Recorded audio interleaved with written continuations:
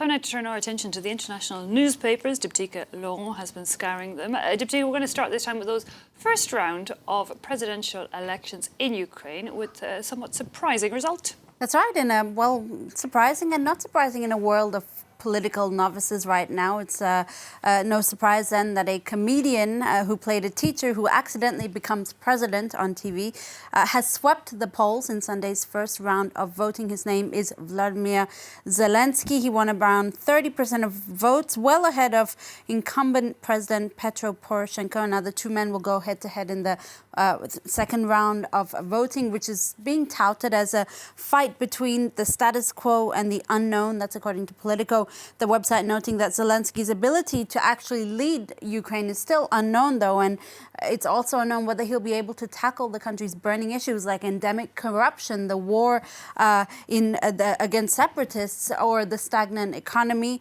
There's also rumors that he's just a puppet for a wealthy oligarch who's supporting, possibly financing, even though he denies it, his campaign. When it comes to foreign policy, both candidates are expected to toe the pro-Western line that's been in place for some years now, even if Zelensky, who's a native Russian speaker, could be willing to make more concessions when it comes to Russia. Okay, interesting. But let's move on now. And Brazilian President Jair Bolsonaro is on a 4-day state visit to Israel. That's right. And he was given the red carpet welcome as he landed on Sunday Eve, and as he declared that he loves Israel in Hebrew upon landing. Jair Bolsonaro was expected to announce a move of the embassy from Tel Aviv to Jerusalem following in Donald Trump's lead. But he's now delayed that decision, as the Jerusalem Post notes on its front page. He's announced instead the opening of a diplomatic office there. Meanwhile, the Palestinian Authority says it will recall its envoy to Brazil over that decision.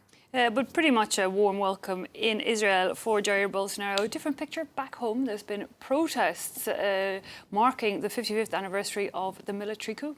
That's right, the coup that saw Brazil dominated by a military dictatorship for 2 decades, which, to quote this writer from Bloomberg, turned out as well as most dictatorships do: illegal detentions, torture, murder, and exile. Bolsonaro has not only denied the military coup, he's been publicly nostalgic for the military dictatorship and actually wanted to hold commemorations which were forbidden by the court eventually. And Bloomberg notes that this decision by the courts show that, what many argue that Brazil's democracy will be a, quote, salutary temporizing machine, and that in order to govern, Bolsonaro sooner or later will have to submit to its civilizing effects. I'm quoting Bloomberg there. Meanwhile, for another website called the Brazilian Report, his attempt to rewrite history is, quote, flagrant. Okay, well, there's another now to a former US Vice President, Joe Biden. He has been in damage control this weekend after allegations that he acted inappropriately towards a female legislator back in 2014. Yeah, and it actually comes at a time when we're still not sure if he will or will not be running for president. Her name is Lucy Flores. She's a former Nevada legislator who accused Joe Biden of kissing and touching her during a 2014 campaign event. The New York Times notes that Biden has drawn attention to himself in the past for, quote, gestures seen as excessive to the point of creepy by some, but viewed as harmless by others. Now, for the Washington Post, it's clear that it's his style that's really come into conflict here. His affectionate physical style with women that's under scrutiny. It's a trademark of the, quote, warm and upbeat personality that he's forged over the years, but it's one that's now under the spotlight, and as suspense builds over his potential candidacy announcement, many are wondering whether Joe Biden, a, quote, older fingertip politician, is well suited for the White House in this post-Me Too era. Is he just a holdover from a different time?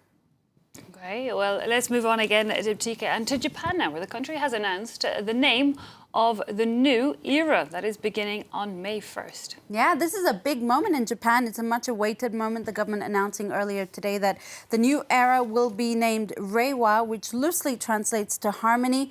It comes as Crown Prince Naruhito will take over from his father as emperor next month after Akihito announced that he'd abdicate the throne, which in itself is something pretty extraordinary for Japan. Yeah, it sounds quite historic. All right, herald in a new era, literally, with the new name. Finally, Diptyka, an unlikely encounter you've spotted in a Swedish sauna, but that led to some good police work. Yeah, this is a great story. It's from the website The Local, which reports that a off-duty Stockholm policeman was enjoying a naked sauna, as you do on your day off, when he noticed through the fog that one of the men sitting next to him, also naked, was none other than a fugitive criminal on the run. The police officer quickly arrested the man, and it was relayed on the police station's Facebook page, who hailed their colleagues' cool wits, even as the situation was, quote, heating up, pun intended.